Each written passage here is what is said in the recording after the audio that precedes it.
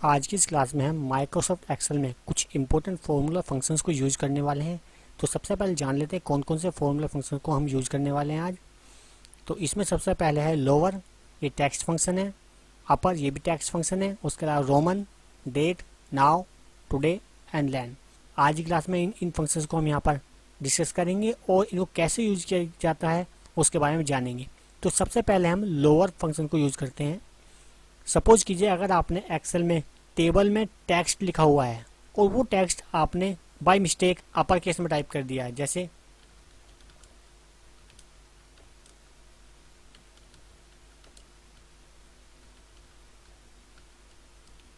ये टेक्स्ट आपने टाइप कर दिया है, लेकिन सारा टेक्स्ट ये आपका अपर केस में हो गया है। अब इस टेक्स्ट को हमें लोअर केस में कन्वर्ट करना है।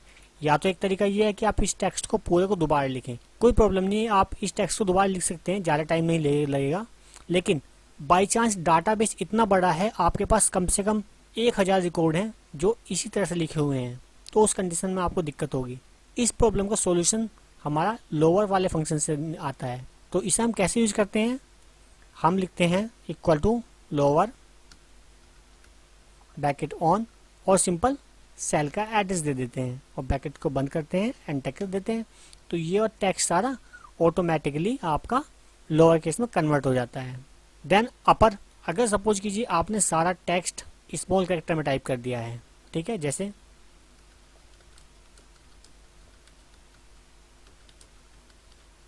ये पूरा टेक्स्ट आपने लोअर केस में टाइप कर दिया, लेकिन ये हमें चाहिए था अपर केस में। तो इस कंडीशन में हम क्या करेंगे, अपर फंक्शन का यूज करेंगे, सेकंड वाले फंक्शन का। तो इसके लिए हम लिखेंगे अपर ब्रैकेट ऑन करेंगे और सिंपल सेल का एड्रेस दे देंगे और ब्रैकेट को क्लोज कर देंगे, देन एंटर कर देंगे। तो ये सारा टेक्स्ट ऑटोमेटिक आपका अपर केस में कन्वर्ट हो जाएगा। इसमें जो भी टेक्स्ट लिखा होगा वो सारा ऑटोमेटिक अपर केस में आपका कन्वर्ट हो जाएगा। देन रोमन, आप किसी नंबर को रोमन नंबर में कन्वर्ट करना चाहते हैं। लाइक आपके कुछ नंबर्स लिखे हुए हैं यहाँ पर, ये इस तरह से लिखे हुए हैं, लेकिन हमें नहीं पता ये रोमन में कैसे लिखे जाते हैं। हमें इन सभी नंबर्स को रोमन में कन्वर्ट करना है। तो हम यहाँ पर रोमन फंक्शन चलाएंगे, इक्वल टू रोमन, ब्रैकेट को ऑन करेंगे और सिंपल सेल का एड्रेस दे देंगे और ब्रैकेट को क्लोज करेंगे, एंटर कर देंगे। तो ये सारे नंबर्स आपके ऑटोमेटिक रोमन में कन्वर्ट हो जाएंगे। इस तरह से देखिए, ये रोमन में इस तरह लिखे जाएंगे। 10 को इस तरह लिखेंगे, 52 को इस तरह लिखेंगे और 65 इस तरह से आएगा, 25 इस तरह से आएगा, 100 इस तरह से आएगा। मीन्स जो भी नंबर आप लिखते हैं वो सारा ऑटोमेटिक रोमन में कन्वर्ट हो जाएगा। चाहे उसमें 1000 लिख दीजिए आप, वो भी हो जाएगा। और भी कोई नंबर लिख सकते हैं,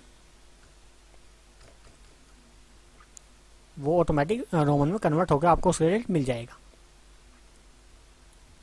नेक्स्ट फंक्शन है डेट। इसके लिए हम क्या करेंगे, इक्वल टू करेंगे और डेट लिखेंगे, ब्रैकेट को ऑन करेंगे। आपको ईयर लिख देनी है, सपोज करो 2020 और मंथ आपको लिख देना है 10 मंथ है और डे उस दिन है 1, एंटर।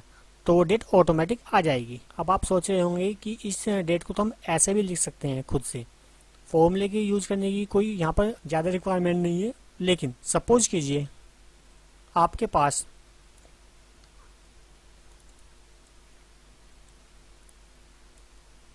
ये सारी चीज़ें अलग अलग लिखी हुई हैं। जैसे यहाँ पर ईयर लिखी हुई है, ठीक है, मंथ, ठीक है, उसके बाद डे। यहाँ पर ईयर लिखी हुई है, ठीक है,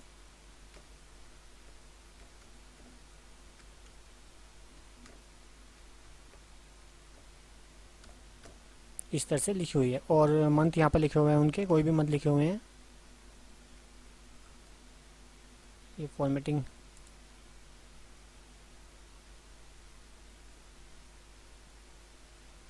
यहाँ से चेंज कर देते हैं, जनरल कर देते हैं, इसको भी जनरल कर देते हैं, ठीक है।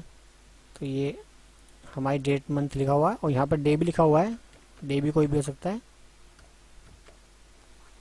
अब आपको इन सभी चीज़ को डेट में कन्वर्ट करना है। तो अब कैसे करेंगे, तो यहाँ पर लिखेंगे डेट, ब्रैकेट को ऑन करेंगे, ईयर सेलेक्ट करेंगे, कोमा, मंथ सेलेक्ट करेंगे, कोमा, डे सेलेक्ट करेंगे और ब्रैकेट को ऑफ कर देंगे।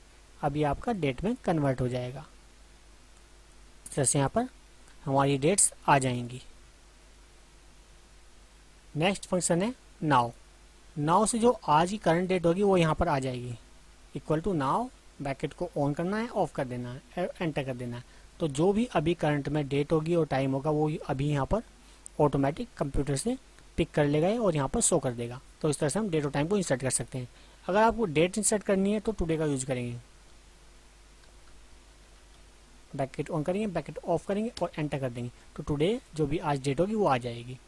अगर नाउ करते हैं तो उसमें डेट और टाइम दोनों आएंगे, और अगर आप टुडे लिखते हैं तो उसमें केवल आपको डेट्स होगी। देन लेन, लेन फंक्शन का यूज जो किया जाता है, हमें जो कैरेक्टर के डिजिट है उनको काउंट करने के लिए किया जाता है। सपोज कीजिए यहाँ पर कोई नाम लिखा हुआ है,